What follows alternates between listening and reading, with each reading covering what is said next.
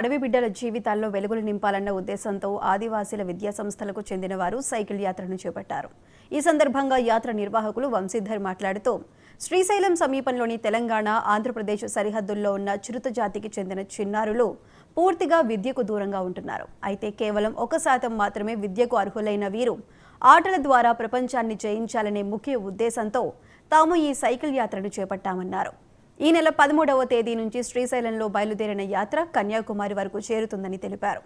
ఎవరైనా సహకరిస్తే నెల్లూరులోని కృష్ణపట్నం పోర్ట్ను చిన్నారులకు చూపించి అక్కడి నుంచి కన్యాకుమారి వైపు సైకిల్ యాత్ర సాగిస్తామని అన్నారు.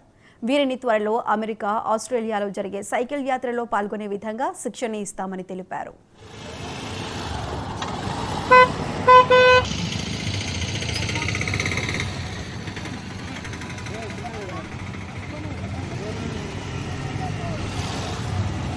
రైట్ చిన్నగా షాకే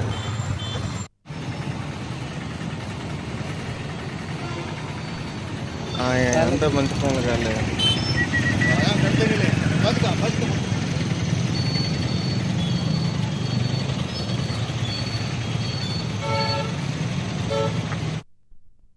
వంశీధర్ కాళిదాసు. నేను పొగతోట, నెల్లూరు.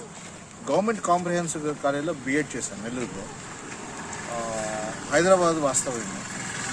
శ్రీశైలంలో అడవిలో తెలంగాణ, ఆంధ్రప్రదేశ్ ఈ రెండు ప్రాంతాల్లో ఉన్న అడవి ప్రాంతంలో ఉన్న పెంటల్లో ఉన్న చెంచు జాతి వీళ్ళు పీవీటీజీ అంటారు.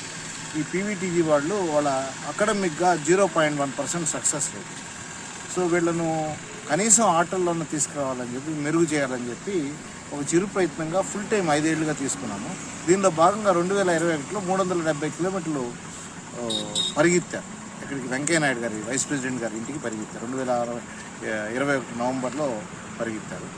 ఆ తర్వాత 2021లో హిమాలయాస్కి కూడా కొంతమంది సైకిల్ దొరికారు, 24 మంది. సో వీళ్ళకు బేసిక్గా సైక్లింగు, మ్యారథాను, ఆర్చరీ, జావెలిన్ వీటి ద్వారా ఆటల్లో ఆసక్తి పెంచి ఇంటర్నేషనల్ ఛాంపియన్స్ చేయాలని ఒక ఉద్దేశము. ముఖ్యంగా సైక్లింగ్ అనేది ఒక ప్రధాన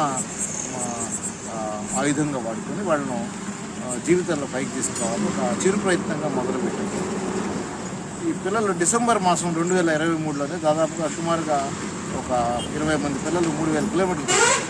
దాని ఎక్స్టెన్షన్ అనుభవం సంపాదించడం కోసం శ్రీశైలం నుంచి కన్యాకుమారి దాకా సైకిల్ తెప్పించాలని ఒక ప్రయత్నం చేస్తున్నాము.